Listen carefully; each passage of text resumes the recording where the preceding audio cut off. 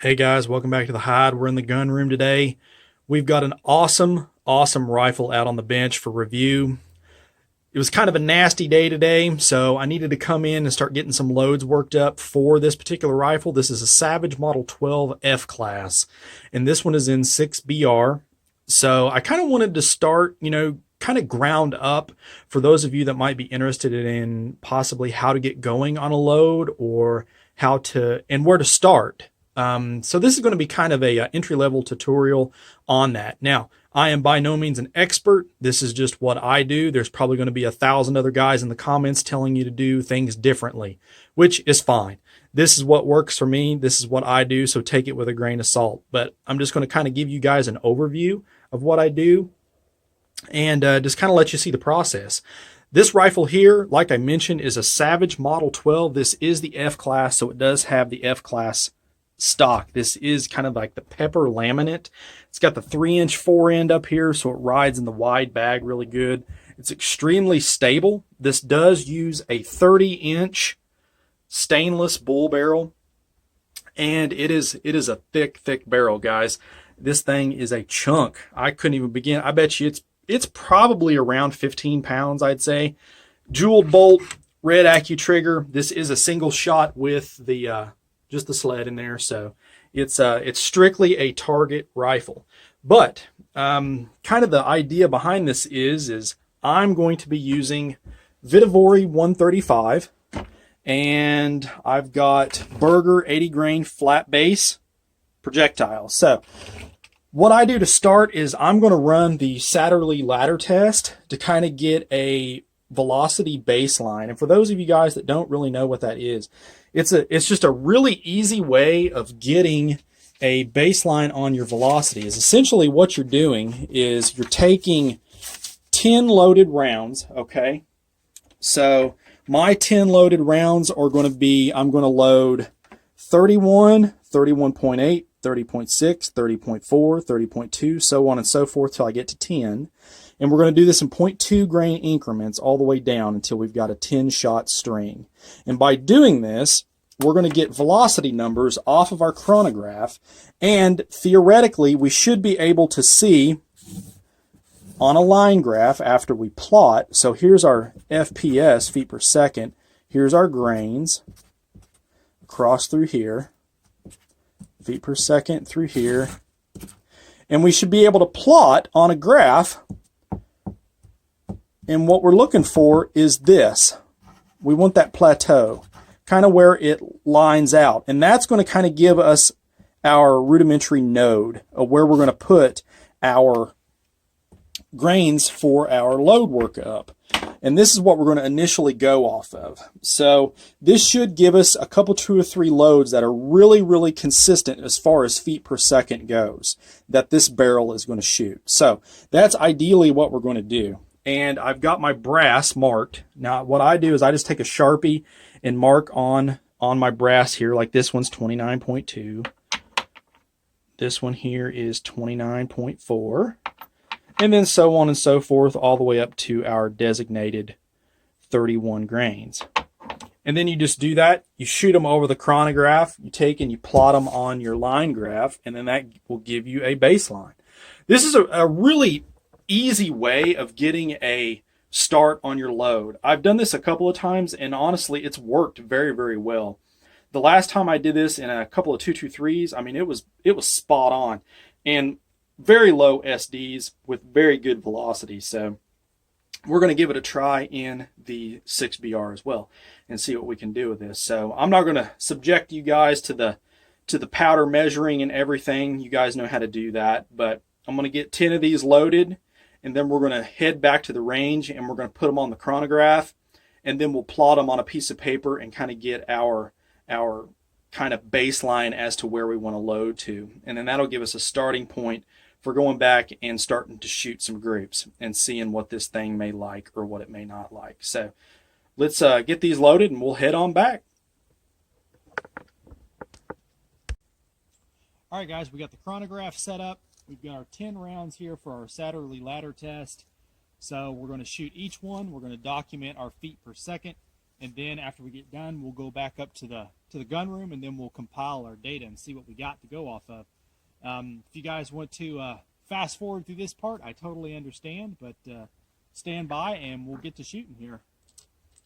All right, so our first one is going to be 29.2 grains.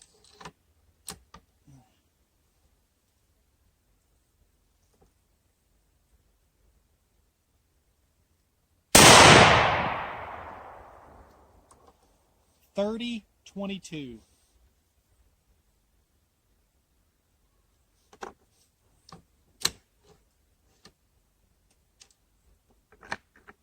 All right, our second one here is 29.4.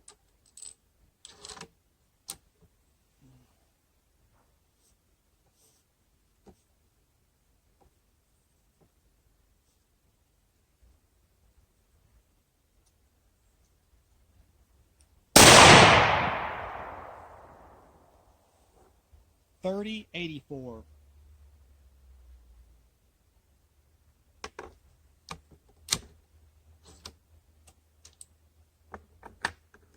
And third, 29.6.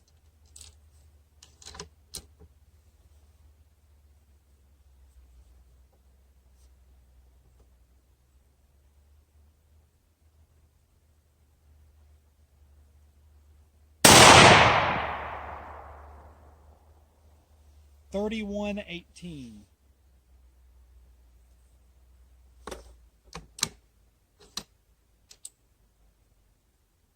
Cases still look good. So 29.8. And again, we're going up in those 0.2 grain increments.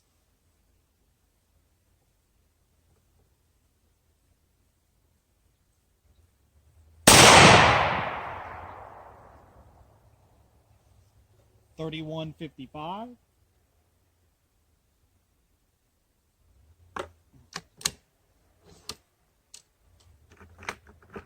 Next one is 30 grains even.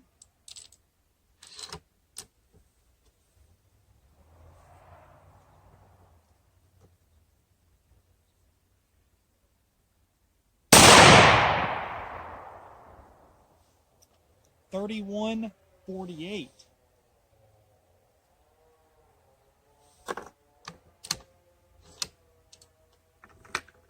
Next one, 30.2.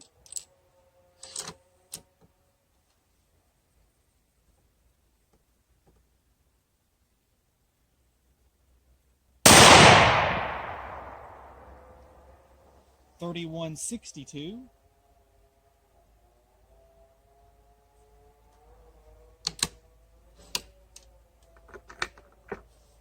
Next one is 30.4.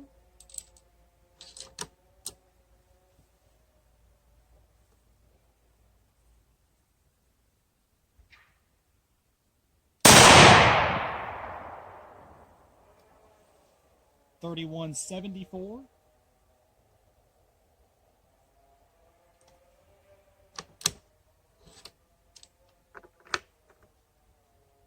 $30.6.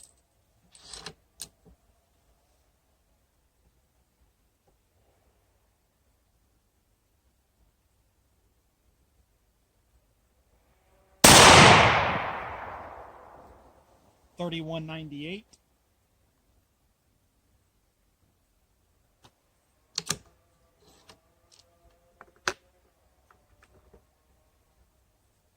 Brass still looks good.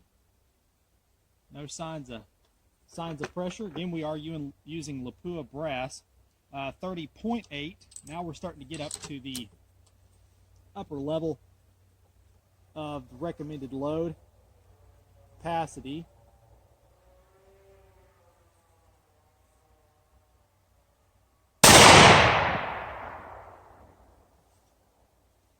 $32.28.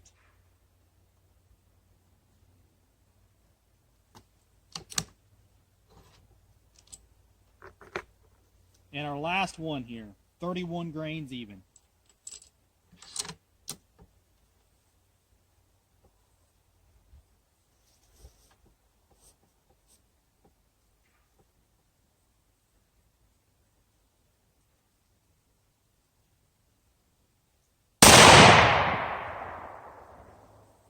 32, 33.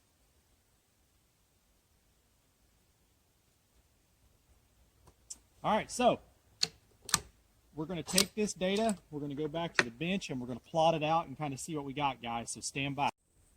Okay, guys, we've got all the numbers crunched here, and we've got them plotted out on our line graph.